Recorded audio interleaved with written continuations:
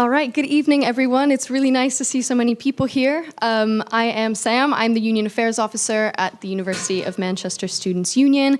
I'm one of 8 elected officers who have full-time roles in championing the voices and needs of students. So we do everything from the day-to-day stuff like helping societies, running events, as well as big picture things like organizing campaigns which help influence university and regional policies.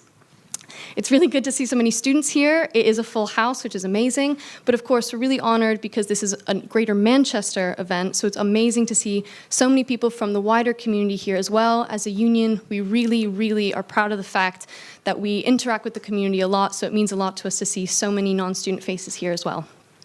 Myself and some of the other officers will be here during and after the event, so if you have any questions about what the SU does or getting involved in our activity and democracy, please come and grab one of us. We are always willing to talk. But I'm going to now pass on to our host for the evening, Rob Parsons, and of course, Greater Manchester Mayor Andy Burnham. Thank you. Hi, everyone. Hello everyone, it's great to be here at the University of Manchester. My name is Rob Parsons. I am the Northern Agenda Editor for Reach, which publishes the Manchester Evening News and Liverpool Echo, amongst other titles. It's great to say hello to everyone in our studio audience and the live audience at home. I'm looking forward to a really lively and respectful debate. We've got some really interesting questions that have been sent in to us that Andy is going to try to answer. And I don't know if anyone saw Liz Truss being grilled by local radio today. I thought it was quite interesting, and it just goes to show, I guess, that if you put members of the public and interesting politicians in the same place, there are often quite some interesting results. So I think hopefully Andy will do a bit better than Liz Truss did.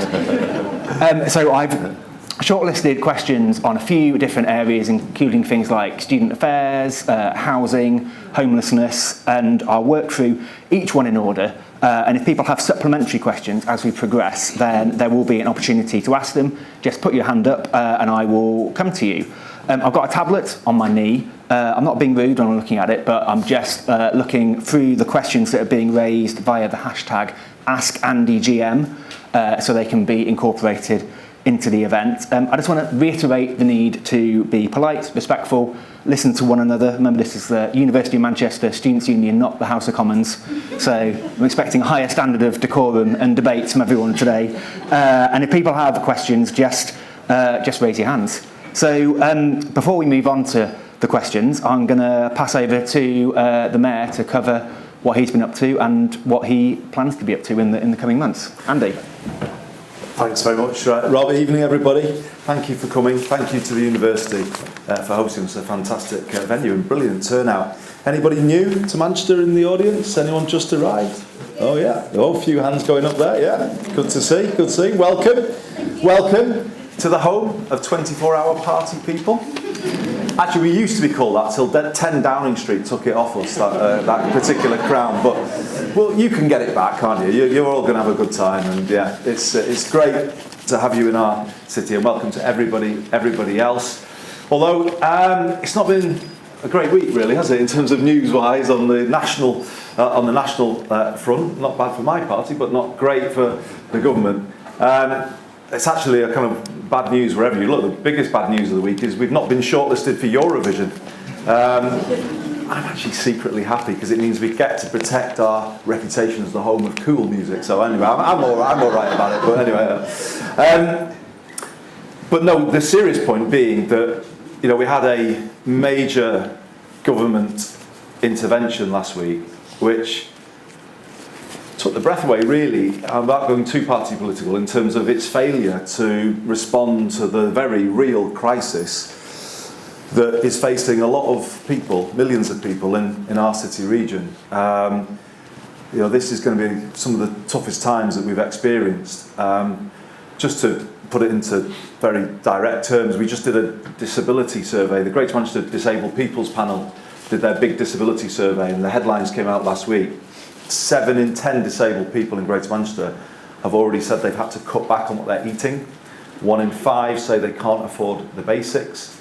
This is quite severe, really. And You know, as a city region, those of you who know us, those of you who are getting to know us, you'll know that we pull together, and that's what we're getting ready to do. So I can say a bit more tonight about how Greater Manchester is responding to the cost of living crisis, and how we will, as ever, need to call on all of you really to rally round, because it is going to be a real challenge.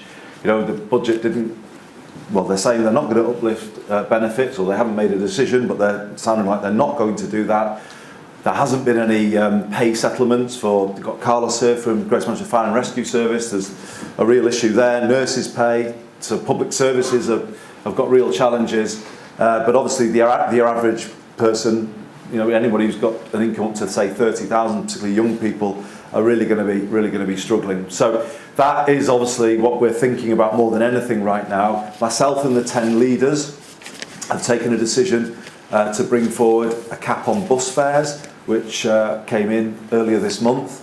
£2 cap on adult fares, £1 cap on under 16 fares. For those who want a multi-offer, it's a daily ticket. It's £2.50 for an under 16, £5 for an adult, and obviously students will benefit. There's a call to go further for students, and we can touch on that as well tonight. We're also looking at a cap on a weekly ticket, and that's something we're looking at the moment, because we recognise that people who use buses most regularly need to also benefit from what we're doing. So that's what we've been doing there. If I just touch on where that kind of links more broadly, for those of you who just arrived, anyone who's just arrived as a first year, a few of you have clearly, what you will see in your 3 years as a student in the city is the complete overhaul, a dramatic change in the public transport system in Greater Manchester. We're moving towards a London-style system called the B network, which will be integrated across bus, bikes and trams initially by 2025. I placed an order for 50 electric buses a couple of weeks ago. This change is really happening. It will land in Wigan and Bolton September next year, but then North Manchester in the spring of 2024, and then South Manchester early in 2025. So you know, we're changing transport, and it will change while you're here. And it's the biggest thing that will probably hit this city region for many a year, actually, in terms of helping connect people to jobs and opportunity. So that's the B network. Avanti, that's another story altogether. We can get into that. I wasn't going to use a rude word ending in show, but you know what I mean. It is that. It's really hit us. And I think one of the themes of the time that we're in at the moment is we've got the kind of hangover from the pandemic, but we've also got the cost of living crisis. And I think that combination of things is disrupting rail services. But in the case of that train operator, they are letting down our city region massively. So any of you who need to travel up and down to London, you know, it's hard, isn't it? And it's unfair, and they still charge massive prices for the ticket. So we're getting ready to give an ultimatum really to the government. They either need to get a rescue plan off this company, or they need to strip the contract. And as far as I'm concerned, I said this in Liverpool at the Labour conference this week, we really need to be moving now towards a very different way of running the railways. Privatisation has failed, it is failing, and I think we need a very different approach where actually things are under more public control. If you look at when you get used to Greater Manchester, the trams are the best bit of our system. I'm not going to say they're perfect, but they are. And we want everything to run to those standards when you've got more local control of essential services. We've got Bob Morris from Transport for Greater Manchester here tonight. We've got a panel so that we can bring your questions to the experts. I'm not saying I'm not. I am a bit of an expert, but some of the people here know even more. Obviously, safety on public transport is a massive issue, and I know, Rob, is a massive issue for students, actually, getting about safely at night. There's been some brilliant campaigns run out of the university. Sasha Lord is here. Hand up, Sasha. I don't know if any of you know Sasha. Anyone heard of something called the Warehouse Project? Yeah, I thought you might have done. That influential in your decision of coming here, maybe for some. But Sasha also is running the Warehouse Project and Park Life. Is our nighttime economy advisor. And actually, Sasha and I have done a lot, haven't we, in terms of safety at night on transport, but more broadly. We came to the university and did an anti-spiking initiative with students last year, and you did that. But Sasha's here tonight to pick up some of those concerns around the nighttime economy. When it comes to transport particularly, I'm very grateful to our Deputy Chief Constable, Terry Woods, who's with us this evening. Greater Manchester Police have just taken a decision to designate the transport system as the 11th district of Greater Manchester for policing purposes. So we've got 10 boroughs, but GMP are now recognising that we need to improve safety and confidence on public transport, and that's been a really positive thing, Terry. And you've been running a big operation on public transport this week, haven't you? Which is fantastic to see. And with regards to policing and crime, it's all overseen by Baroness Beverly Hughes, Deputy Mayor, who also is here to speak more broadly to public safety as well, because we've got a huge amount of work going on violence reduction in our communities. So I'm probably going to leave it there, Rob, by way of introduction, just to give everybody a flavour of what we've been up to. We are thinking so much about the cost of living crisis. There's some ideas we can share with you there. But the reform of public transport is the single biggest thing that's happening in Greater Manchester at the moment, and obviously your ideas there would be very much appreciated, as on any other topic as well. And finally, what I'm going to say is, I was saying at the beginning about the national picture and it all being a bit grim. Well, to give you a little bit of encouragement, you are in the last bastion of stable government in the United Kingdom. It's called Greater Manchester. We do have a clear plan. We do know what we want to do. We are working differently here in our city region using devolution. We had a report out today actually that said health devolution here has increased healthy life expectancy more quickly than anywhere else in England, and particularly in our deprived communities. So little bit of evidence there that devolution in Greater Manchester is working, but it's here to be shaped by all of you, and that's what these events are about. We need your ideas as well. We want to involve you in what we're doing, and hopefully tonight we can pick up some good ideas. So there we are. I will leave it there, Rob, and I will hand the microphone back to you. Thank you, Andy. So within the University of Manchester, it seems only fair to start off with a few student-related questions. So I've got two which are quite similar to each other, which we could start off with. So one is from Emma Hattersley, and one is from Maeve Thompson. So could we get the mic out to Emma and Maeve so they can ask their questions, please? The lighting's like the warehouse project. Thank you. Hi, I'm Emma Hattersley. The Universities of Manchester made national news earlier this month after students were told they could have to live in Liverpool or Preston or take a cash incentive to stay at home due to an apparent city-wide shortage in private student housing and student halls. How is the Mayor planning on working with universities to ensure students are not let down in this way again and have access to affordable, decent student housing? Thank you. And I've got. You pass the mic to May so she can ask her question. The student housing crisis isn't just about first years. I'm a second year student and struggle to find a place to live. Many of the big letting agencies have a no students policy, and my university has denied me any support. How can the Mayor ensure there are homes for students who bring so much to the city? Yeah. Okay, well, thank you. Two really good questions to get us going.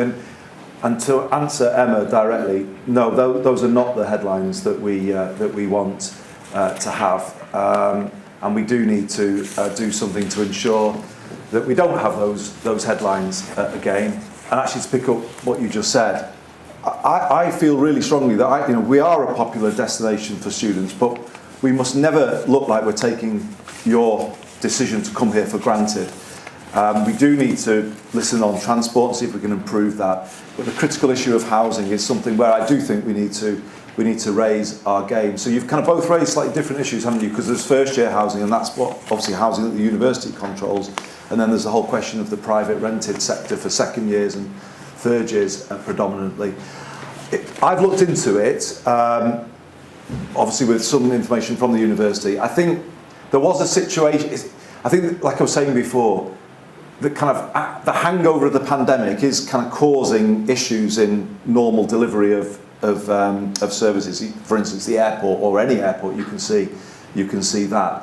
But it is also true in this situation, in that the numbers of students coming has increased through the pandemic years because of the way grades were done. So there's been quite an uplift in the numbers of students coming here. But there's been a falling off in terms of the amount of accommodation. I think a couple of blocks that the university are replacing have not been fully completed, and that caused an issue. From the private rented sector point of view, I think there's been some landlords dropping out of the student private rented market, and that has definitely caused some pressure. So what are we going to do? So that's a fair question. On the back of what you've said, and on the back of the concerns I had, I will meet the Vice-Chancellors to see if we can put in place a plan with the support of some of our housing experts to make sure we don't get in that position going forward.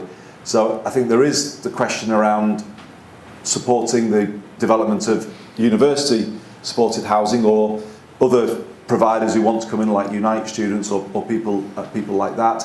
But at the same time, I think there's also a job to be done to get more quality supply in the private rented sector, and work with landlords to overcome any issues that they've got. So I think this is something we need to just get our heads together on and get a bit of a plan together with the universities. So that is what I will do. But maybe we can develop the theme later on in the evening. You know, what I want is this, for people who come here, for this to be as good an experience as we can manage in terms of obviously the nightlife, and Sasha can talk to that, and the safety of our nightlife, the safety of our public transport, the affordability of our public transport. But housing is an area where I think we all know we need to do better and improve the quality. And actually, the thing I would really want to get to eventually as mayor is we give a message to students that says not just come and study here because of the things we do, but come and build your life here because of what is out there in the city after university. We want you to stay here. Can I just say that really clearly so you all hear it from me? We're so grateful to you for choosing our city, but we actually want you to stay here. There are amazing graduate jobs in this city now that weren't here 30 years ago when I graduated and came back to Manchester wanting to live here, and I couldn't find it, I had to go to London. But you don't have to do that now.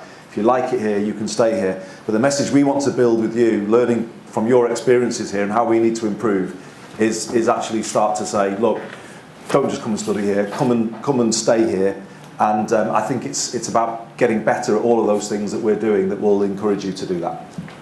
Fantastic, thank you, Andy.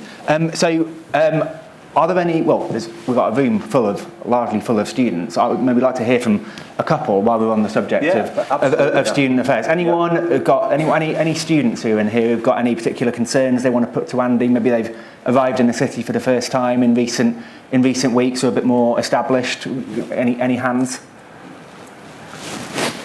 Just while we wait, we are going to have a meeting of the Greater Manchester Students Association in a couple of weeks. So there is now a representative body, isn't there, of the universities? Yeah. So good to see some hands go up, but people can feed in thoughts to there because we're going to come and have a formal meeting in a couple of weeks. That's as well. interesting. So just to let people know. So we've got a question at the back, I think. Hi there, thanks very much, Andy. I'm from the Students' Union, been a student here for the last 3 years. I think students are kind of concerned that the housing stock is going down and the universities are in that position where fees are being worth less, so they're having to take more students in. I think there's a bit of a problem just in terms of the supply of housing, and legislation that's sort of mooted to come in this year is going to mean that supply is going to drop, which means that students can be forced into poorer quality housing, can maybe be taken advantage of by landlords. Yeah. So what do you plan to do is just look out for the safety of students in their houses in terms of sort of poor quality housing and landlords? Yeah.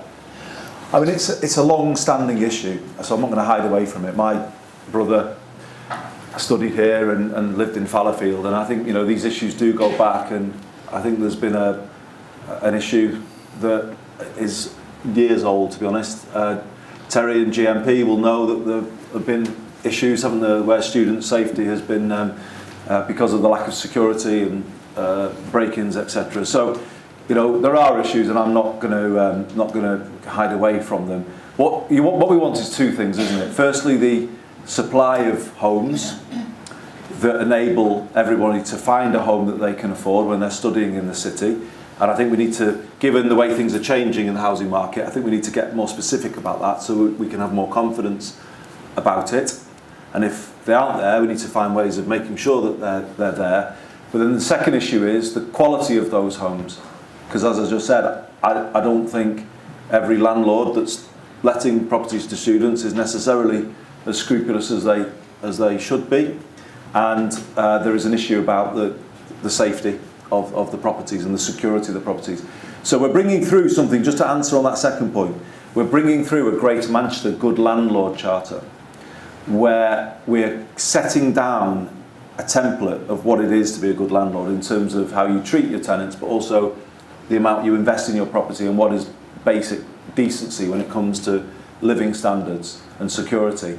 And I will talk about this more when I come to meet the Greater Manchester Students Association in a couple of weeks, but it's whether we could get the Good Landlord Charter targeted here first in terms of the student accommodation, because at the moment you would have no way of knowing who's a good landlord and who's not a good landlord, and that's part of the problem, isn't it? You know, you sign up for somewhere, but how do you know? You know, how do you know whether that person has agreed to live by certain standards or not? So I think there's a real case here for a pilot scheme with it's a new Good Landlord Charter, and I think we should try and bring it through here to help students navigate the challenges, but at the same time drive up the standards and improve the availability of decent housing for you. So job of work to be done, definitely. I'll just ask you a question that one of our audience members put, which kind of brings some of this together. Manchester has a very large student population. How do you balance the needs of that quite transitory population with the more stable residents of Manchester? Are they of equal importance to you, or are the opinions of students of secondary importance? No, I would say they're of equal importance, because when anybody's living here, they're living here. And for that period of time, they are a resident of our city region. So no, I don't and wouldn't say anyone's a second-class citizen in our city. When everyone's here, everyone's of equal importance. And obviously the properties that you would be in, if you're not going to stay here, we hope you are, as I said, but if you're not, somebody else is coming to that property. So it's only right and proper that is if someone complains about a property while they're here, it will benefit the student coming after them. So, we don't see it that way. You are critical, actually, to the success of our city region. You add so much. I noticed the change when Freshers Week came, and there's the kind of feeling in the street was different, and it's great. That's what we want. It's what we pride ourselves on. I was only half joking about home of 24-hour party people. We are a city that prides ourselves on that, that atmosphere. So you add so much to the city without a shadow of a doubt. And I think while students are here, we need to show that we care for you. I'll give you an example, so it's not just words, because you might think, oh, well, it sounds up in the air, but what are they actually doing? If you go back to when I first got elected as mayor, there was a huge call from the Students' Union here around students' mental health. Now, obviously, that's an issue that hasn't diminished in any way, and there's only probably it's got much bigger, isn't it? Mental health generally is our biggest health issue of the times that we live in.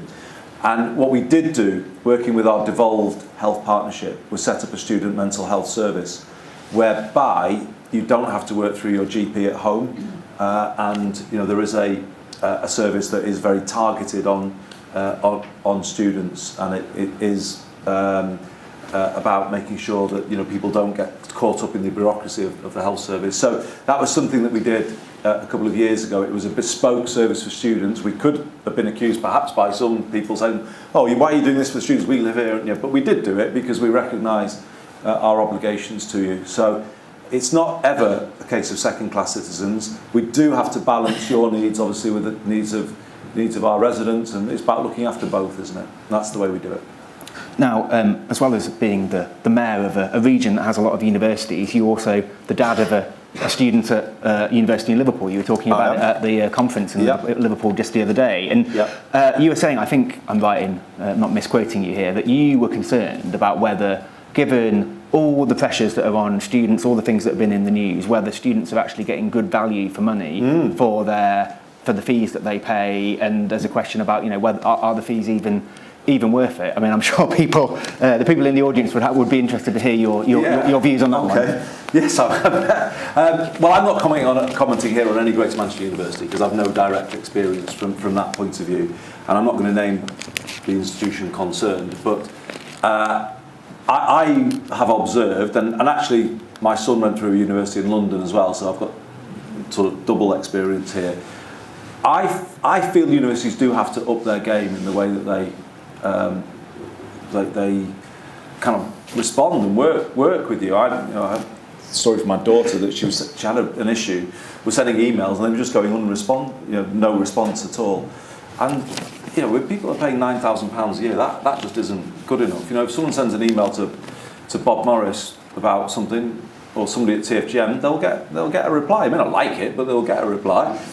Same, with Terry and Carlos. Public services will reply, but it seems that universities aren't in that mode, and they do, I think, take the students for granted a little. I say I'm not commenting on this one. I'm just commenting on the experience that I've seen, and I think it does need to improve from my experience. There's a job to be done to support people, given all of the challenges we've just spoken about. Students can face a whole range of challenges in their life as they're going through this journey. And I think universities do need to up their game, or certainly the ones that I've had experience of working with. Fair enough. Now, let's move on to a different topic, I think. It wouldn't be a Mayor's Question Time if we didn't talk about transport. So we've got a transport question from Hannah Wright, who is in the audience somewhere. Should we try and what Hannah is? We can get the mic out to her.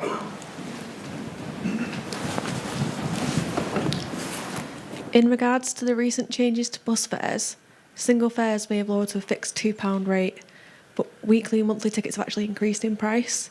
This means people like me who depend on buses to get to and from work are actually paying out more. How can you claim to make travel cheaper for everyone, and how can you justify an increase in fares whilst we're in a cost of living and energy bill crisis? Thank you. It's a good question, but obviously I'm not increasing fares because we don't control the fare system at the moment. So the reason why I've taken the decision to put buses under public control is so that we do control the fare rises. And that is what will happen as of the 17th of September next year. We will progressively take control of fares across Greater Manchester. What I've done is I've done a voluntary agreement with the bus companies in advance of taking control. So they've not volunteered to give all of their tickets to us, but they did agree that we would be able to do something about the tickets that are the most expensive. So those were the weeklies, the singles and the dailies. It was the case until this month that people could pay £3 or even £4 and over for a single ticket. It is also the case that it was hard sometimes you couldn't use an operator's ticket on another bus. So we have prioritised a multi-operator day ticket to come down in price. And within that, the weeklies represented sort of slightly better value given their current cost. But what I wasn't able to do was, I can't at this stage stop the bus operators putting up the cost of weeklies because they're not under our control. However, I have asked, recognising the point that you raised, which is a fair point, I have asked Greater Manchester, Transport for Greater Manchester, to look at a cap on a weekly multi-operator ticket. It's something around £20 will be the kind of area we would be looking at, and that would have the effect of obviously then making weeklies, if you like, capped at that level, because then there'd be no incentive for anyone to price a weekly beyond that. So I don't want you to think that we've forgotten about you, nothing at all. But as I say, I'm having to do voluntary agreements at the moment, and they don't have to agree with us. But we recognise the position that you're in. What we're working towards, of course, is us taking full control of the fare box so we can link it to the tram, and then we can give you a weekly that's bus and tram. And that is coming in the B network, which will be much better value for money than it is at the moment. So bear with us. We're looking to make an announcement. I can't promise it will come through because it has to be negotiated, but we are exploring it, and I would like to have a cap in place on the multi-operator weekly for some time early in the new year. That's interesting. Thank you, Andy. Do we have any other belated bus questions or transport questions from our audience? I'm guessing you've A lot of you might have used public transport to get here today. Any questions on buses and trains? Very shy audience today, but that's fine. Well, can I ask you about trains, Andy? We were talking about it before we came out. You were speaking at a Transport for the North meeting a little earlier today, and it was a subject that you were just talking about, Avanti and their performance or lack of it. Now, you obviously there's a new timetable, isn't there, coming in December, which should hopefully be a slight improvement on what we have at the moment. But you're not happy with what they're proposing. Can you just explain what's going on with that? No, I'm not happy at all. So Manchester to London had it had 4 services an hour if you go back about 5 years ago, Bob, wasn't it? And then it went down to 3. Well, that was okay, and it was operated by Virgin Trains for a long time. I don't know if anybody remembers that. And then it went to this operation Avanti. And in the middle of the summer, middle of August, they just said they were dropping it to 1 train an hour. No consultation with us. And they tried to, this is where we were having an argument today, weren't we, at Transport for the North when you were watching, Rob. The government and Conservative councils were trying to run this today. It was all the trade unions. It's all their fault. But this isn't to do with them. This is to do with the fact that they run the railway by asking people to work on their rest days. And train drivers, for various reasons, don't feel well treated, so they're not doing that at the moment. It's not a strike. They're just not working. They're not contracted to work on those days. So it kind of reveals the bad way the railways have been run, to be honest, for a long time. But they kind of tried to say it was nothing to do with us, so we're not at fault. But they are at fault, because they said they were going to reduce it to 1 train an hour, and that would then bring some stability to the service. It would make it better for everybody, and at least it would be a good service for the 1 train. But, I mean, if anyone's been on Avanti recently, you will know that that's just rubbish. You know, they have been double booking seats, nothing works in the buffet car, there's like a massive crush for seats, people have been standing up. I asked them, I said, would you at least get rid of first class for this period so that there's more seats for people to access? No, because they're almost like punishing people in standard and almost trying to force them to go into their more expensive seats. It's really terribly wrong on every level, to be honest. And here's the worst of it. Who knows the cost of a standard, if you walk up at Piccadilly tomorrow and buy a ticket for the day to travel to London, anybody know what it costs? During week, hundreds of pounds. Do you know exactly how much? Any takers? No. It's like asked. 200? 200? No. Higher. Keep going. I know, I think 3, yeah. Rush hour, it would include rush hour because it's any time, so you could go in the peak. Not quite. £369. 300. I need to say that again. £369. I got my office to do a check, actually, 1 week. I said, just tell me what you could do with that. They found a flight to India, Jamaica, 2 weeks all-inclusive in Lanzarote. It's... Just imagine, because any of you, younger people in the audience, while you're studying here, you could get an interview in London. I mean, what are you meant to do? And this is why the transport system is kind of damaging us in so many ways, isn't it? Manchester Pride, ticket sales were down because of Avanti. And every day they're damaging our economy right now. Anyone who lives in London will know this if you were thinking about going home, and it's just nowhere near good enough. So, Transport for the North today, Rob, as you may have heard as you were listening, I tabled a motion to them to see if they would write to the Transport Secretary saying that they're about to renew their contract in October. And I don't believe they in any way deserve the renewal of their contract. So we're about to write, and I think it's a case of produce your action plan now, or if they can't, strip the contract. They're saying at the moment they'll only restore 3 trains by December. I'm sorry, that's just not good enough. That's why I said at the start that privatisation has failed. It's good that Labour this week committed to public ownership of rail.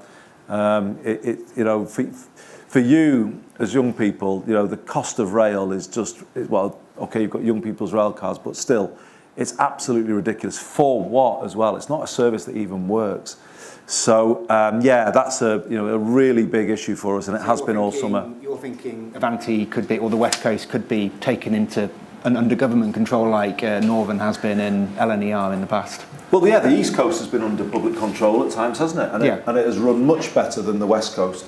So the West Coast links London, Birmingham, Manchester, Liverpool, Glasgow. You know, this is critical infrastructure for the country. You can't have it in meltdown ongoing. But it's almost like a symbol for the times that we're living in. Nothing seems to work, does it? And no government in charge, and it feels just utterly chaotic. But, you know, we might be calling on your help, and we might be calling on the help of our great residents to sort of speak out on this one. You know, they cannot just have that contract rolled over without any conditions. Surely not. You know, we need to raise our voices on this as a city region, and that's hopefully going to start with this letter from Transport for the North. They've got to give us a plan to restore. We should have 2 trains at least now, and then back to 3 in November, rather than just this daily chaos that we've got at the moment. We've got a question from Rob on Twitter, a bit more of a local one, so I'm guessing our representative from TFGM might be able to help with this one. What's the verdict so far on the temporary 30-mile-an-hour limit on the Mancunian Way? Is that something you know about, Andy, or is that one you might have to delegate? Anyone who's sort of been to one of these Ask Andy events before, some of you have. This is where I do the politician thing and say, "Oh, Bob, what do you think?" Sounds a perfect one for Bob. Challenging, unpopular question. It's all yours. Good evening. I'll take a leaf out of your book, Andy. This one falls to Manchester City Council, not TFGM. But I am aware that they were close to making a decision on whether it becomes permanent or not. They're analysing the data at the moment. I think I was only joking. I mean, to be honest, there is a case for it from an air quality point of view, but I think the main reason they're doing it, Bob, if I understand it, is safety. For those of you who use the Mancunian Way, you'll know that it can be quite tricky at certain times of the day because you can have kind of queues of standing traffic, but then people flying down on the other side. You know, because of the city and the way the city is now, you know, the Mancunian Way is the big raised road that goes right past the universities and towards Piccadilly. It isn't the safest, if we're honest. So I think the answer, it was to... Who was Rob on Twitter. Rob, I know, you know, people don't like kind of restrictions like this, and I understand that, but safety comes first. And I think we have to acknowledge that there are safety concerns on the Mancunian Way, and Manchester City Council will be obviously looking at the data when it comes to the number of accidents, and that will be driving their decision making. Just to round off the transport section, now you were being lobbied before we came out here by some very persuasive campaigners on behalf of asthma charity, and as the obviously the clean air zone is not going ahead in the form it was originally intended. It might be. Not in the form it was intended, no. But no. And in fact, I saw earlier this week Andrew Gilligan, who used to be Boris Johnson's his transport advisor. I think he said that you should have used your political strength to push it through. But that's something you may or may not agree with. But as a wider point, if it's not going ahead in the original way it was intended, what do you think is the most effective way of reducing emissions in Greater Manchester, which, as we know, are too high? Yeah. So just the exact state of play, just so everybody knows, we have said that we want a non-charging clean air zone, i.e. a scheme that gives people incentives to change rather than uses the big stick of charges. Because in a city region like ours, if you're looking at businesses like, you know, window cleaners, painter decorators, you know, builders, you know, we always recognise that people don't necessarily have thousands of pounds lying around to upgrade their vehicle. The reason why we kind of put the clean air zone on hold was it was clear that the pandemic had had a very big impact on vehicle supply and vehicle pricing. So in effect, if we'd ploughed on the course that we were on, we wouldn't have cleaned up the air. All we would have done is hit people with charges they couldn't afford to pay. And couldn't get a vehicle because the supply wasn't there, or they couldn't afford to change because the money that we got from the government wasn't enough to enable them to do it. So the answer to the campaigners is, in some ways, even if we had ploughed on, we wouldn't have done it. We'd have just been hitting people with taxes, and the air wouldn't have got much cleaner. So we had to change, basically. And so we've now said we want a non-charging zone with incentives. And people sort of think, oh, that won't do it, but actually it will, because a lot of people who do want to change their vehicle, and we'll be able to identify the vehicles that are causing the problem, and then we'll be able to increase the incentives for those people to change. But the government are still saying they want a charging zone on Manchester city centre. So for those of you who know it, Mancunian Way, we're just talking about, Great Ancoats Street, Trinity Way, Regent Road. That's roughly the sort of footprint of the zone that they want. So we're in a bit of a stalemate with the government. How would I do it? It was also part of your question. I can see somebody who wants to come in, so I'll just make this quick point. It is partly what I was saying about public transport. We had a situation a couple of years ago where the vast majority of our buses were in breach and were spewing out quite a lot of pollution. Bob, by the end of this year, 80% of our buses will be compliant, won't they, with clean air standards, because we've already bought electric buses. There's electric buses coming up and down Oxford Road. A lot of the buses are cleaner. Some of them have been retrofitted to make them cleaner. So we have actually already started to clean up the air. So it's not as if we're doing nothing. We are doing quite a bit, actually, to clean up the air. It's just that in a cost of living crisis. It's interesting, isn't it? I think Mr. Gilligan's let something of the cat out of the bag this week, because they were politically trying to say to us, oh, it's all Greater Manchester. But there you have Boris Johnson's right-hand man sort of revealing that they were piling the pressure on us to do a GM-wide charging zone. And if we'd caved into that pressure, I think we'd have put a lot of people into a lot of hardship, and hence we pressed the pause button. But it's just kind of revealing that he went public with that comment this week, because the campaigners didn't believe us. There was a different Ask Andy event where they were here and they were screaming at me, and it was all me. And well, now you've got your answer. They were behind the scenes piling the pressure on us to put this in, and obviously we didn't. So, it's a difficult one, and I understand what the campaigners are saying. I've committed to meet them in a couple of weeks to sort of talk through what more we can do.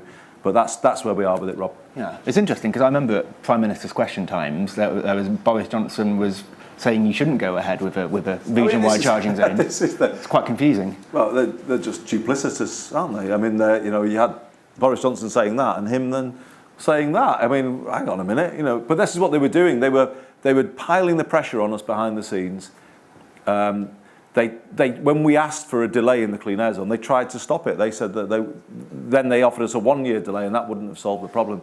So that government, thank God it's gone, but they were just impossible to deal with, because, the Prime Minister, then Prime Minister, would just say whatever he liked, what was convenient for him to say. His civil servants and his advisors were doing something completely different in private. And honestly, we've really struggled as a Greater Manchester system to work. Well, we did struggle to work with that administration. It got increasingly impossible. Let's cross our fingers for the next one. Sanity. Yeah. We've got a question from the front row, I think, here. Oh, Yes. Hi, you've got the mic there. Hi. We're hauliers, we're heavy haulage. Yeah. And we run a fleet of wagons that are fully compliant on Euro 6, but we just had to reorder more wagons, of which we've got an 18-month lead on them. And bearing in mind, most of the stuff is transported through the city, through hauliers. It's very frustrating. Yeah, I understand that, and it's why we've done what we've done. Because obviously, you put a tighter footprint on the city. There's, as you say, there's many people who will use Regent Road or Mancunian Way in the course of a week, even if they're not necessarily delivering to the city, or people will pass through, won't they? So it would still capture a whole load of people. But they're not manufacturing them, so you can give us as many. The clean air zone will come in 6 months, 12 months. Some of these hauliers we can't order them. We've ordered for next year and 2024. But some hauliers haven't even got Euro 6 now because of the lead times in manufacturing.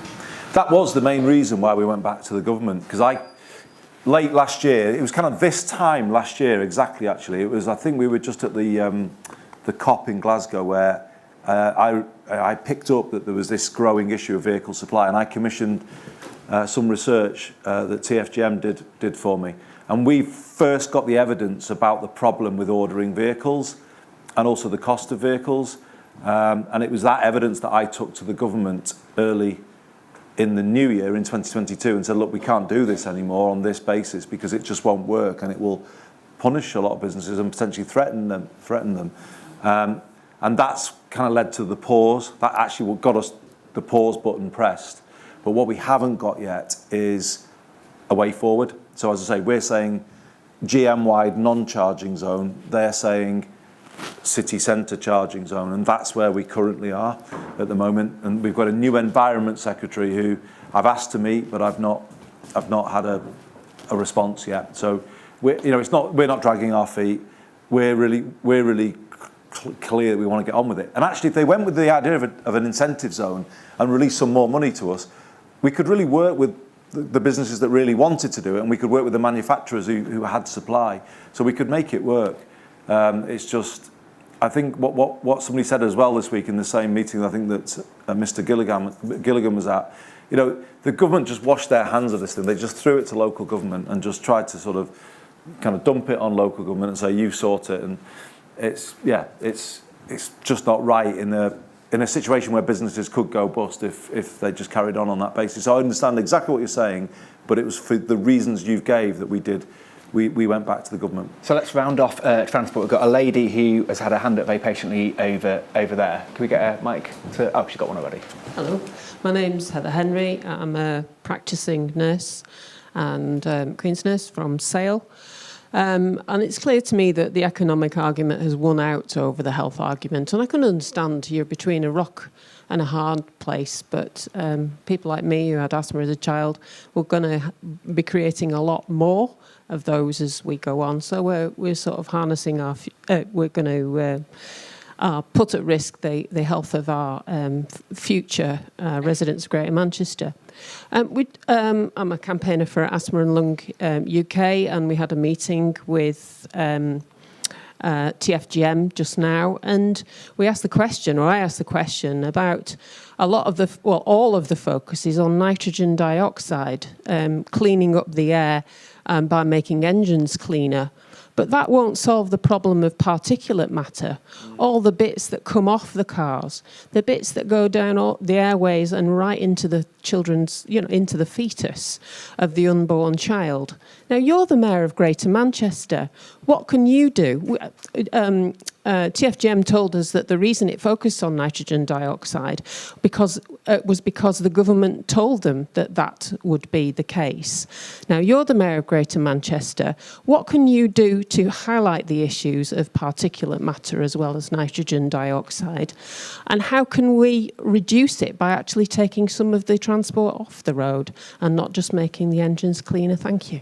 Yeah. Thank you. No, thank you. Yeah, very well put question. I think I know what you're saying about economic argument versus health. And you could position it like that, but in some ways, the economic is health as well, because obviously people's mental health is going to be affected by their finances in this time. And so, it's a complicated judgment, as you were kind enough and fair enough to acknowledge that it was a no-win and it was a really difficult judgment. What I would say is we've not at all abandoned our commitment to clean up the air as quickly as we can. And it is already improving because of the numbers of electric buses we've got. And actually, a lot of hauliers did get some of the funds that we released to upgrade vehicles. So we did actually open those funds, and many vehicles were improved. But as you're rightly saying, that doesn't deal with particulates. For those who don't know, that's like broke bits off tyres, isn't it? And is it mainly tyres, Bob? Particulates, yeah. So that is as, if not more, harmful to health. So the big answer is, to what you've just said, move people out of cars and onto public transport. Now, this does make me slightly unpopular because we are building a lot of dedicated, segregated cycle lanes across the city region. And, they are being constructed now. You go to Salford at the moment, you go to Aldsall Lane, you'll see a big scheme there, and it's challenging while it's being built, but we are doing it. We put more into that than anywhere with, firstly, Chris Boardman. Now we have Dame Sarah Story as our active travel commissioner. We are doing that work to put that infrastructure in. We are reforming the buses to say, look, use the bus instead. We're at a combined authority meeting tomorrow in Trafford, and we will sign off a very big scheme linking Rochdale, Oldham and Ashton in Tameside, which will be, in effect, all of this coming together where we are going to prioritise, put new bus lanes in, but active travel alongside it so people can can walk or cycle to the bus stop and then get on the bus. That's the answer to what you just said. Car has been king in this city region for a long time, and it still is. And the vision for the B network is to break that domination, simply. And it's about a public transport system that is more attractive than the car. We heard before about the cost of tickets and weeklies. At the moment, if you really want to get somewhere at a certain time and you want to do it at a cost you can afford, car is sometimes a better option than bus, tram, or, well, not tram, because I think tram's all right, but bus or train, certainly. And we're trying to change that. And that would deal with that particulate matter, wouldn't it, if we reduce the number of car journeys. Just to show that it's kind of already happening, the bus cap. So I've seen people tweeting me in the last couple of weeks saying, I would have got an Uber before with a couple of mates, but now it does actually make more financial sense to get the bus. And that's the economics of transport have been all wrong here, and it has prioritised car or taxi transport. And what we're trying to do is obviously, as I say, make a massive shift towards public transport. Thank you, Andy. So let's rattle through a few more topics, shall we? So we'll hopefully get a chance to take some more questions. But we've got a good one on planning and housing from Andy Brown, who is in the audience. Andy's right at the front. Could we get the mic to Andy? Hi there, Andy. Are we on? Yeah. So here we are in the student union. A lot of the students will be looking at, in the future, looking to buy their own houses. And so that's why I wanted to ask you a question about the housing master plan for the outer areas of Greater Manchester. So why is GMCA still pushing forward with plans to tarmac over vast swathes of our green belt, to let multi-billion-pound developers build predominantly unaffordable houses in unsustainable locations when recent housing figures have shown that actually we're operating a big surplus across Greater Manchester and its outlying areas. The census figures that the plan was based on from 2011 have been shown to be over 100% over what they actually are. So the population growth has been a lot lower. And really what I'm asking is, Andy, is that I know you'll distance yourself from that by saying this is not your plan, it's the local authorities' plans, but it's a plan that kind of was started in your name. It's very much got GMCA's name all over it. Now that the figures have changed, like with cars, why can't we just take another look at it?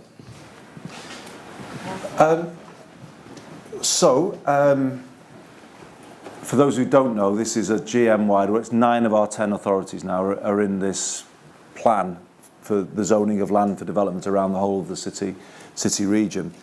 The answer as to why we can't just rip it up and start again is because each of the councils gets given a housing target from central government.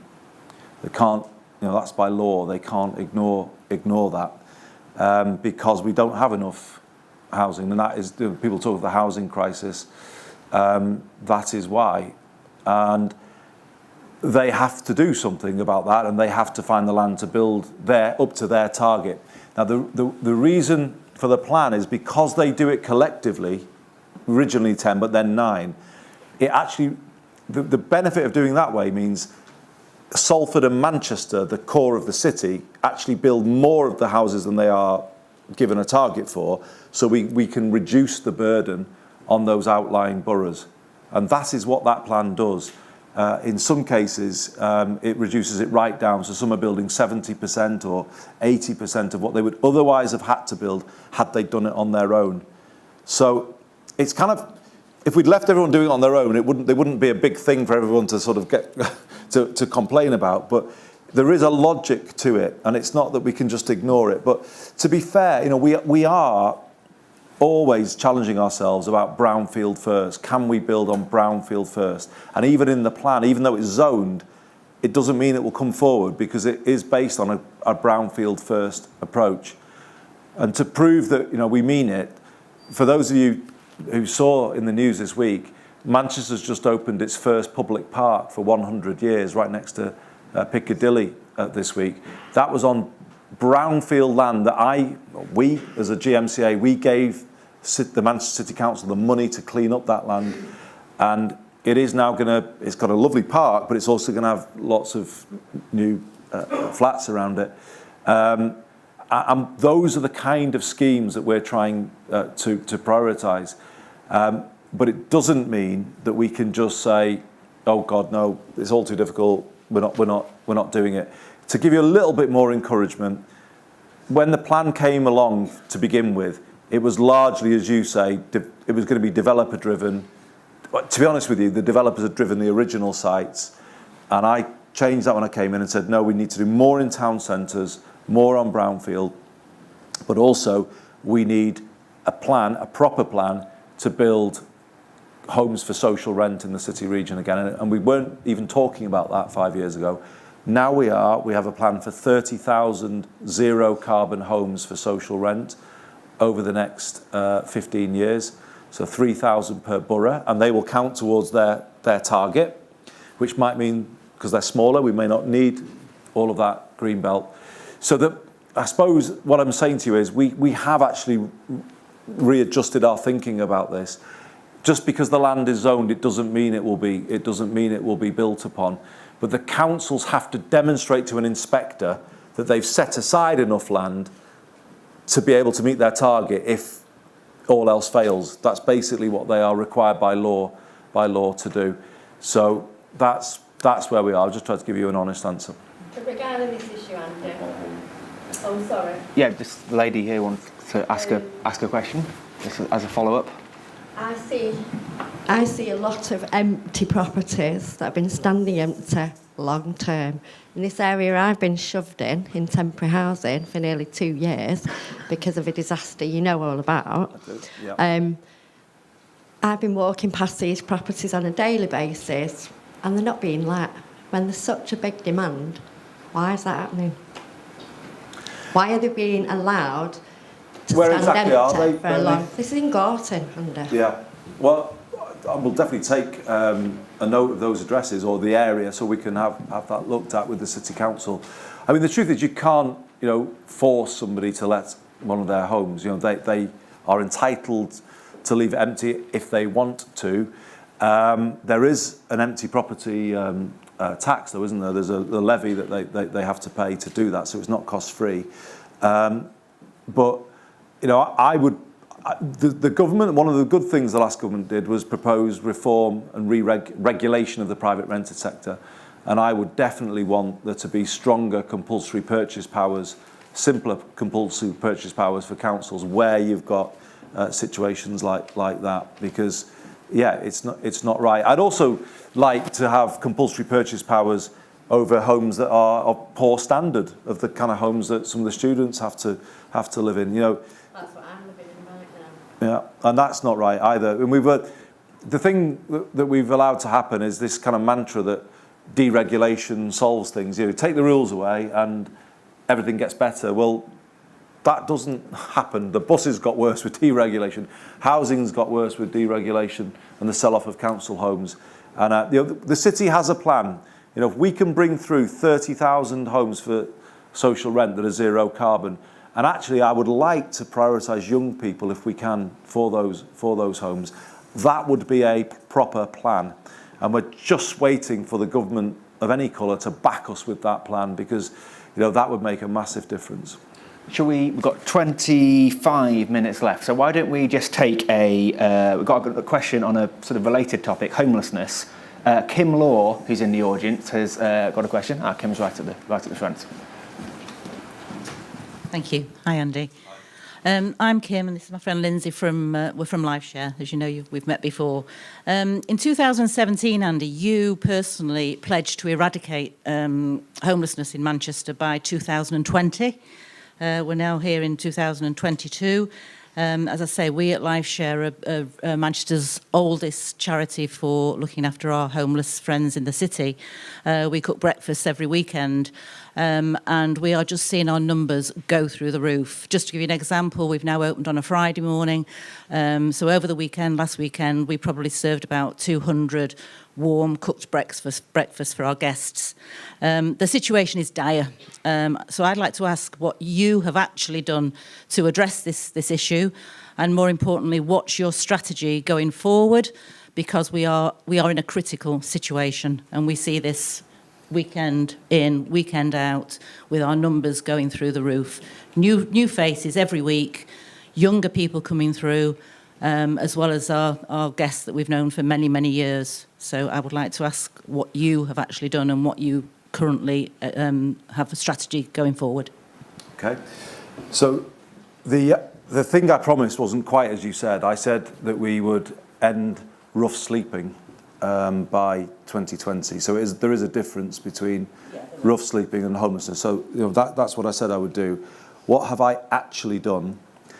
I have set up a scheme called A Bed Every Night, which didn't exist back when I came in at that time. A Bed Every Night, for those of you who don't know, is a room referred by one of our local authorities for somebody who would otherwise be sleeping rough. And it isn't just a bed every night, it's the same bed every night, because once people go into that room, they can stay there. So tonight, I checked before I came tonight, 620 people in Greater Manchester are in a bed every night. 620. So we can share those figures with LifeShare. Those are the figures, and those people won't be kicked out. How do we finance it? With difficulty. I've raised money through my own precept to support it.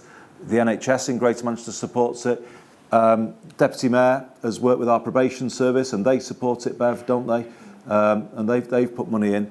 I've donated 15% of my own salary to support it. So if you ask me what I've actually done, I've put my hand in my own pocket, and I do that every month. That has made a difference, but what I don't control is obviously national policy around benefits and cost of living and all of those issues. So the demand keeps on coming, and it keeps on coming to LifeShare, and I don't for a second deny that the need you've got is great, but some of the people you see will be people who come from a bed every night. Well, I speak to Coffee for Craig as well, and they do something. Yeah, I'm sure. I was with them just a couple of weeks ago, and they're 7-day, and they said to me the same. But they see a lot of people who've been in a bed every night. They did say that, and they would say that if they were here. I'm sure. So it's not easy, but our commitment is there. You asked me what have I done. I've told you what I've done. We've also had a housing first scheme, so where people have been in bed every night for a time, they then get a home, or we've had a limited number of people able to get a home with support. And the Housing First scheme that we've got has helped a lot of people kind of move from a bed every night, then to a home. So we've actually done a lot as a city region, but we're not able to solve the issues that were stored up from the sale of homes in the 1980s, right to buy and all of that, and also the austerity that we've all had to live through over the last decade. We're trying our best to mitigate it. And I can look everyone in the eye tonight and say, I have done everything I feel I could possibly have done. We got to a position where, with a bed every night, we had barely anybody sleeping rough on the streets in 2020. Now, I know that the pandemic sort of created the further step, but it's now sustained at about 70% lower, the levels of rough sleeping, than they were in 2017.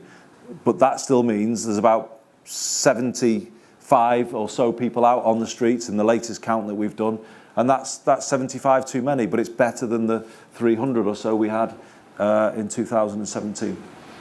Thank you, Andy. On Twitter, we've got quite a few crime and policing related questions, and given that we've got Bev here and we've got Terry, I thought that would be a good topic to look at. One question that we've had from the audience is, earlier this year you launched a video about sexual harassment. How are you going to continue this campaign, and has there been any progress? Well, I'll bring Bev in a second, if that's okay, because Bev's doing a huge amount of work on this, and we have set up a board on gender-based violence. So does anyone remember the Is This Okay video of a young woman running in a park? I don't know if that kind of crossed your radar at the time, but that was quite a groundbreaking thing at the time, because we'd not really profiled that issue of everyday abuse, harassment, and it got quite a big impact, Bev, didn't it? And we're about to do a follow-up video on it, actually, which is coming through. So we do a lot of work on this, and Sasha might touch on it because of the nighttime safety stuff. But Bev, shall I hand over to you? Hi everyone, it's really good to be here. I was an undergraduate here myself more decades ago than I care to remember. The student union building's changed a lot, but it's really good to see you here. As Andy said, last December we launched the gender-based violence strategy that we'd been working on for some time during the pandemic. We took a lot of experience from all sorts of places, other countries who had done a lot, and we produced this strategy, which is a 10-year strategy on the advice of places who are further along in tackling this issue. And it is a huge issue. It's absolutely huge issue, as well as the nonchalant harassment on the streets that Andy was just talking about, that the video addressed. We get, 40,000 incidents of domestic abuse, roughly, every month here in Greater Manchester for the police to investigate. Cases of rape and serious sexual assault are also increasing and at a very high level. So it's a very, very serious issue.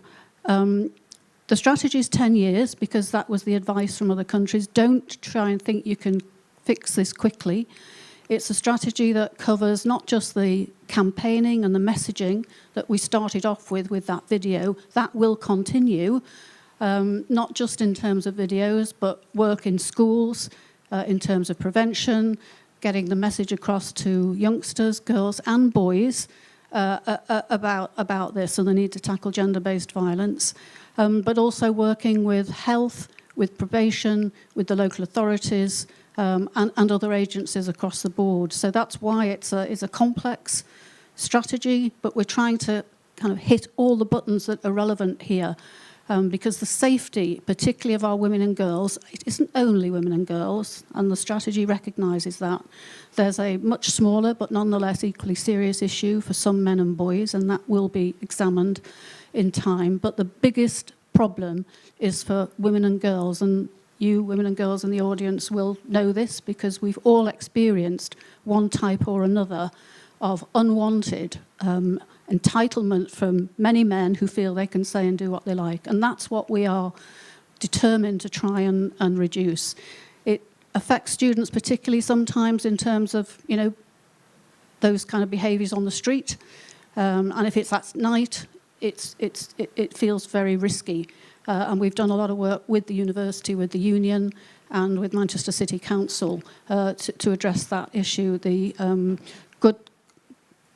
Good Night Out guide that was launched this week particularly was produced with students, with students particularly who wanted to get that out now at the start of the new term. Again, about sensible things you can do, where you can go for help and so on. It is our top priority at the moment, not just with me and my team in the Combined Authority, but also with the police and indeed nationally because of the things that happened last year and the terrible cases in which young women were killed. So I want to reassure you about that. It's a passion of mine and it's a top priority for the Mayor and myself and the people that we're working with. Thanks a lot, Bev. Thank you, Bev. Would you mind, Rob, if Sasha just said a quick thing, though? Because, Sasha, we've done a lot with the university, haven't we? Reclaim the Night is obviously a big thing that came out of the university or has been run by the university, but the spiking work as well was important, wasn't it? We did, Andy, and I think if you wind the clock back just very much pre-pandemic, we met with 200 students over at Man Met, actually, and the idea was it was almost a focus group to find out what they thought about a night out in Greater Manchester.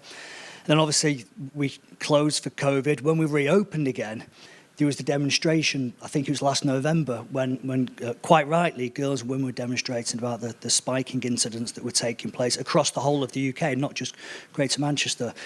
I think a few days after that, we met with, and Sam, you were right at the beginning, as an officer, with students, you do help create policy and decisions. We met with some of your previous colleagues in a room just down the corridor here, to talk about how they felt in a night out, and we were specifically speaking about spiking, but actually when other cities at the time were saying, well, we recommend you put tops on glasses and watch your drinks and things like that, I think you were the first person that came out, Andy, and said, well, it's fine as a preventative measure, but it's not really right. I don't have to do that. You don't have to do that. So we took the decision in Greater Manchester to call it out and say that men and lads, they were the problem. And actually, because of the work that your colleagues did, out of the 5 points of the safety plan that came out this week, one of them is, if you're a creep, let's call it out. And I think it's up to us as men and boys to say, if there's something not right, call it out, because, enough is enough. The testing kits, Sasha, are they still being used? They are. We rolled out testing kits across many clubs in Greater Manchester, and we've had great results. And I think, GMP will probably be able to tell you better, but from my understanding, the incidents have dropped severely.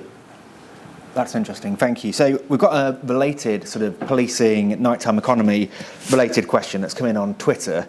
And it says, my friends and I hate going through Piccadilly Gardens or the centre at night. It's an unspoken race to the bus stop.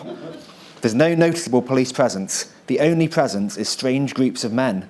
What are you doing to improve nighttime safety around Piccadilly? I don't know who'd like to come in on that one. Yeah, do you want to pass? Yeah, I think there's a few people who could comment on that. I think Terry, the Deputy Chief Constable, will give you more detail, but actually there is a really significant police presence in Piccadilly Gardens. You won't see them as police officers because they're not dressed as police officers. They are working, in normal civilian dress, but they're looking out for risky incidents. There's been several cases in which they've seen a young woman being, escorted by a suspicious-looking man. They've followed it and they've interrupted what otherwise would have been an assault. So the police are really aware of the issues for local people in Piccadilly Gardens. It isn't that they're not doing anything. They are there, but they're doing it in ways which they hope will be more effective in the way that I've talked about. Evening, everybody. My name's Terry Woods, Deputy Chief Constable. I've been here for 12 months, pretty much to the day now. I came from a neighbouring force. I think it's fair to say that certainly when I landed, and I do echo the question that's been asked, Piccadilly Gardens has got a reputation, and it was interesting when I landed, just listening to people, including my staff actually, around this reputation of Piccadilly Gardens. Both myself and the chief, coming from different areas, we're really clear that there's no such thing as areas like no-go areas, things like that. In the UK, they don't exist. So as far as we're concerned, we have a very, very straight line when it comes to Piccadilly Gardens. I suppose it was to pick out three things. The first one being, in the last 12 months, what we have done is really re-engineered the demand that's meant previously the neighbourhood team, so your beat bobbies, were just rushing about from job to job.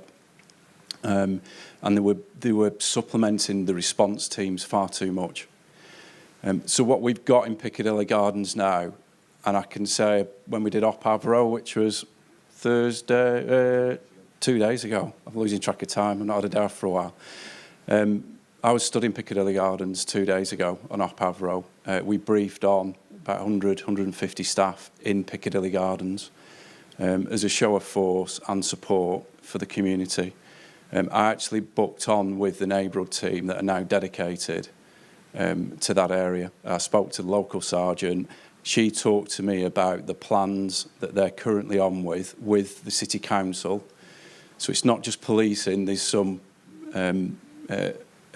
geography aspects, some of the canopies that they're looking at reducing, so there's no blind spots. There's a heck of a lot, and you'll notice that it's now not just the gardens, there's some structures there. So there's a lot of partnership work at the minute looking how we can engineer out some of that, what is fear for some people. But there is a lot of visibility because we've now dedicated a neighbourhood team to the area. What Ian Jones, who's a superintendent, has done for that, and it's what Bev says as well, is that it's fine having the visibility there, but we've now got a dedicated plainclothes team for the city centre, but they're really focusing in on Piccadilly Gardens. Because when the visibility's there, they all bugger off, don't they? And when we go away, they come back. So we've got teams now of plainclothes officers. I'll not go into the individual jobs, but particularly around violence against women and girls. There's a very iconic job that we did within the last few weeks where they've been observing people's behaviour, and they've followed a guy who they just weren't happy with, and started to observe him with some very worrying behaviour, and they gripped him and they arrested him. And then, we uncovered some quite worrying things about him, but we put a stop to it. So I know it's not perfect at the minute, and I'll be the first to say that, but I can assure you, with us sorting demand out, with us getting back to really quite traditional neighbourhood policing models, your local beat bobbies, with the might of GMP and with the second biggest force in the country, we've got a lot of activity around there and also some other areas of Manchester. Terry, I'll just keep you with the mic if that's okay. We've got a question from Zara on Twitter. It's a more general question, I guess. Can you give us an update on Greater Manchester Police special measures? Obviously, that happened a few months ago. What's the latest with the force and its current status? It's a fairly sensitive time, actually, to answer that question, because the inspectors have been back in. We're awaiting a view from HMI on where we are. So, and it would be wrong of me to give my opinion on what I think that view should be. What I think I am justified in saying, though, is just, and we probably don't say this enough, and we don't say it enough because we know we've still got a lot of work to do in Greater Manchester, but if I just give you some sort of the stats at the minute on where we were and where we are, it's only 12 months and it's a big firm to turn. But the evidence around the statistics are very encouraging. And if I just take two straightforward examples that I call core policing. So number one being answering a 999 call. Sounds really basic, doesn't it? But it's absolutely core to what we do. If we can't answer your call quickly, we might as well give up and go home as a service. It's really basic. And if you look online and look at our plans, basics is what we are about, getting back to basics. So treble 9 calls, roughly this time last year, when there was a lot in the various newspapers, we averaged in July last year over 1 minute 25, I think it was 1 minute 27 to answer a 999 call. We were the worst in the country. We were the worst in the country this time, well, not quite this time last year, but July. I'll give you some context. The target's 10 seconds. The national target's 10 seconds. We averaged, so the August figures have just come out. So we were the 43rd force last year, 1 minute 27. The figures have just come out for August. So for all of August, we averaged 9 seconds. So we've gone from 1 minute 27 to 9. And actually, last Friday, it was 1 second. Now, we're not saying we're perfect. And we know that we've got, we won't stop until we get to be the best force in the country. And we've got a long way to go. But in relation to the special, that's just sort of one of the figures. I can reel a load more. But on every measure, we are improving. We've got a great team. We've got good staff. We would say now we've got the right leadership and plan. We've got a long way to go. I can talk all night about the measures. It's up to HMI. They'll make a judgment. It'll be a fair judgment, and it'll come out in the next months. I don't know when. We'll await that. It's a tough road, Rob, but Bev and I are certain we've got the right Chief Constable, we've got the right Deputy Chief Constable, and Greater Manchester Police is getting stronger every day, and it's improved massively from where it was. So we'll wait and see what HMIC judge us to be at. But we're absolutely confident that the improvement is dramatic. Good to hear. We've got 5 minutes. So this chap at the front, he's been waiting very patiently. We could get the mic out to him.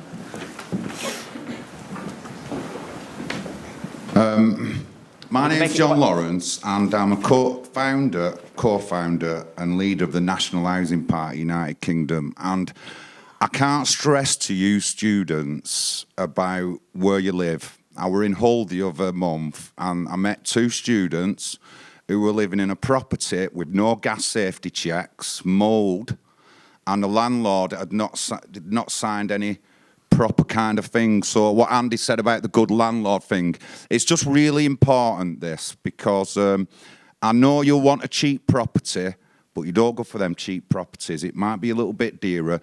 Make sure you sign your forms. And I've had personal experience of this, that's why I'm telling you. A little bit shorter time. What's your question, Andy? The other thing is, it's towards Terry there. Obviously, you know that I do a lot on youth crime. So how are we going to keep our students safe? I don't know the security measures you have here at the university. I don't know anything like that. That's a good question. But how would you keep our students safe, and is there things in place? Okay, thank you. Just a quick answer, if you can manage it, Terry. Phil's your local superintendent who's headed all the safety measures for students. So if I pass you on to Phil, and he'll tell you exactly what he's done. So we have a dedicated team, a dedicated operation, very unimaginatively called Student Safe. We are out every day, literally. We hammer the city centre. We do that corridor, Oxford Road, Wilmslow Road, Fallowfield, all the areas where you know you enjoy yourself. So we are out every day. It's something we're dead passionate about. It's important to me for policing. It's important to me as a father. I've got two, one at MMU, one's just finished at Sheffield. So literally it hurts me when I read about students being victims of crime. So we're out every day and we're on it. Could the students contact your team? Is that something that's possible? Absolutely. Easiest route in is through the GMP website, and then you'll find your way to the city centre team, and we'll pick that up and then come straight back to you if you've any particular concerns. Fantastic. We've got time for one more question that I've shortlisted, and it's a nice, easy, non-controversial one from Joe McFadden. Where's Joe? Joe, do you want to ask Andy your question? This will be the last one of the evening. Hi, Andy. So, Rob, it's not exactly uncontroversial, but so, in the wake of Queen Elizabeth II's death, should there be more serious political discussions and possibly even a referendum on abolishing the monarchy in tandem with further constitutional reform, e.g. abolishing the House of Lords? Okay. I think there was another question on the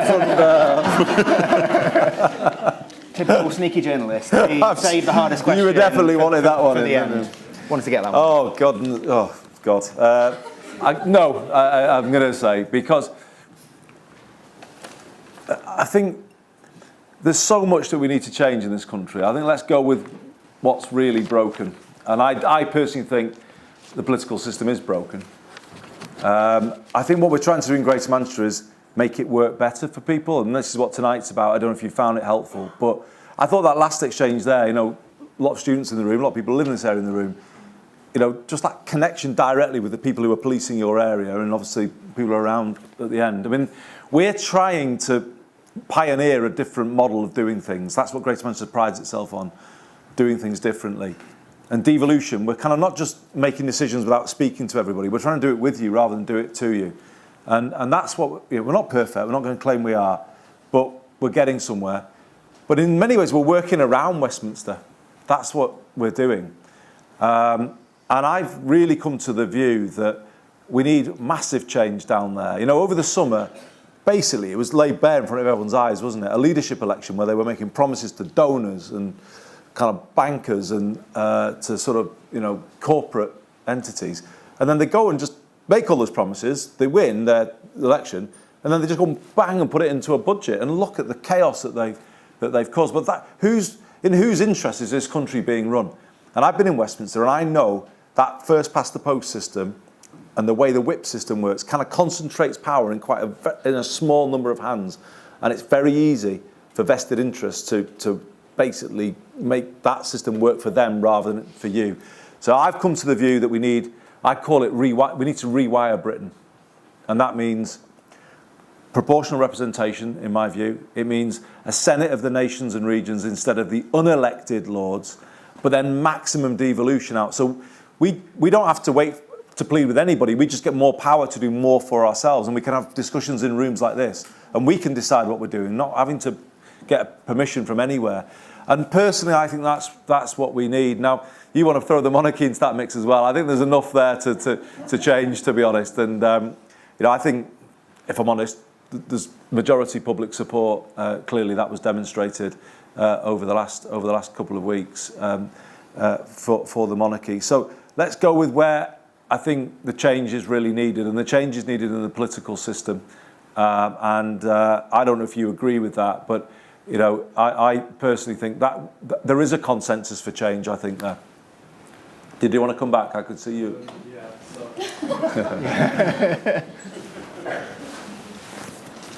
Just being a sneaky journalist here, but so you're talking about rewiring the political system, but how can we do that if our entire political system is based on a, albeit constitutional monarchy?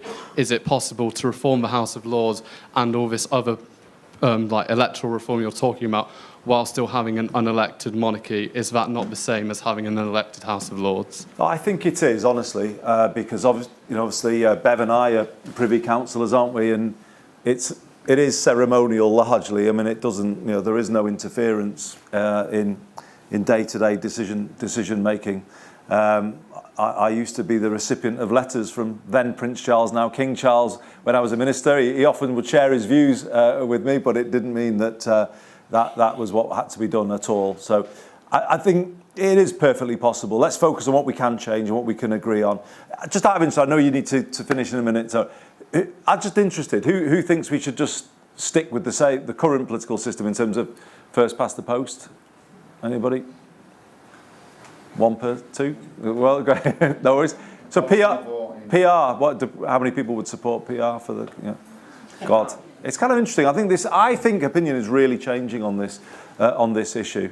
That's the sense that I've got. And you just have. So it's interesting.